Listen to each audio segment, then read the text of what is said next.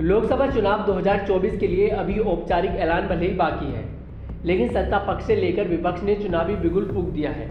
Bharatiya Janata party के नेतृत्व वाले एनडीए का मुकाबला करने के लिए विपक्ष ने कमर कस ली है। एनडीए के जवाब में विपक्ष ने नया गठबंधन बनाया है, जिसे नाम दिया गया है इंडिया, यानी कि Indian national developmental inclusive alliance. India इसका शॉर्ट फॉर्म है। महीनों की मशक्कत के बाद और 2 बड़ी बैठकों के बाद इस गठबंधन का नाम और चुनाव लड़ने पर सहमति तो बन गई है, लेकिन आखिर ऐसा होगा कैसे? सीट बंटवारे से लेकर प्रधानमंत्री पद के लिए उम्मीदवार और गठबंधन के नेतृत्व को लेकर सभी 26 दलों में सहमति बनाना आसान नहीं होगा। इंडिया बनाम एनडीए की जंग में आखिर कौन किस पर भारी पड़ेगा, ये तो खैर समय ही बताएगा। दरअसल दोनों ही गठबंधन की तस्वीर अगर देखें तो दोनों ही गठबंधन पूरी तरह से मजबूत हैं, लेकिन फिलहाल इस नए गठबंधन को अभी कई इम्तिहान से गुजरना होगा, जिसमें सबसे बड़ा और अहम इम्तिहान है संयोजक का चुनाव। जी हाँ, संयोजक के चुनाव इसके लिए नीतीश कुमार प्रबल दावेदार माने जा रहे हैं, क्योंकि नीतीश ही वो व्यक्ति हैं जिन्होंने लोकसभा चुनाव में एनडीए का मुकाबला करने के लिए विपक्षी एकता की कमान शुरू की थी। उन्हें एक सूत्र में पिरोने का काम शुरू किया और विपक्षी दलों को एक साथ भी वही लाए थे। लेकिन बेंगलुरु की बैठक में जिस तरह से नीतीश कुमार नाराज थे और प्रेस कॉन्फ्रेंस से वो गायब रहे, उसने इस बात की ओर इशारा कर दिया है कि संयोजक चुनाव इंडिया के लिए आसान चुनना नहीं होगा।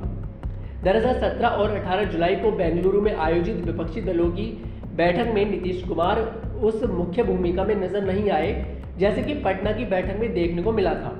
पटना वाली बैठक में पूरी कमान नीतीश कुमार के हाथों में थी, आयोजक भी वही थे, अध्यक्षता भी जेडीयू कर रही थी। बेंगलुरु की बैठक में उनका वो रुतबा नजर नहीं आया। यहाँ तक कि गठबंधन के नामकरण में भी नीतीश कुमार का ज़्यादा खास रोल रहा नहीं। नए गठबंधन के नाम का प्रस्ताव ममता बनर्जी की ओर से आया और राहुल गांधी ने इसका समर्थन किया। जब गठबंधन के नाम के लिए इंडिया का सुझाव आया, नीतीश से लेकर सोनिया गांधी की राय अलग थी। दोनों ने ही गठबंधन का नाम हिंदी में रखने की वकालत की और अंत में इसी नाम पर सहमति बन गई। बेंगलुरु की बैठक के बाद से बीजेपी का दावा है कि नीतीश कुमार नाराज है। बीजेपी ने प्रेस कॉन्फ्रेंस से पहले नीतीश कुमार के पटना रवाना होने को लेकर इस बात का आधार बनाया है। हालांकि विपक्षी गठबंधन ने ये साफ कह दिया है कि नीतीश कुमार को फ्लाइट पकड़ ली थी और इसी वजह से वो प्रेस कॉन्फ्रेंस से पहले ही चले गए थे। जब इस मामले की चर्चा होने लगी तो नीतीश कुमार ने भी नाराजगी का खंडन किया। बिहार में एक कार्यक्रम को संबोधित करते हुए नीतीश कुमार ने कहा कि अनेक राजनीतिक दलों की बैठक थी, वहाँ की मीटिंग खत्म हुई और हम वहाँ से चल दिए। अब सब बोल रहे हैं कि हम प्रेस कॉन्फ्रेंस में थे ही नहीं, जबकि हम सब बात मानकर वहाँ से निकले थे।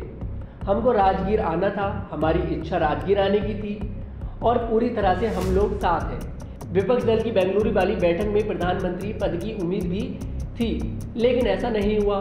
कांग्रेस अध्यक्ष मल्लिकार्जुन खड़गे ने अगली बैठक के लिए मुंबई के नाम का ऐलान किया और कहा कि उसी बैठक में कोऑर्डिनेशन कमेटी के 11 सदस्यों का चयन किया जाएगा। अब सबकी नज़र है कि मुंबई वाली बैठक पर देखने वाली बात यह होगी कि जिस शख्स ने विपक्षी एकता की शुरुआत की थी, उत्तर से दक्षिण तक के राज्यों का दौरा किया, सबको एक मंच पर लाने का आधार तैयार किया, उसे गठबंधन में क्या पद मिलता है।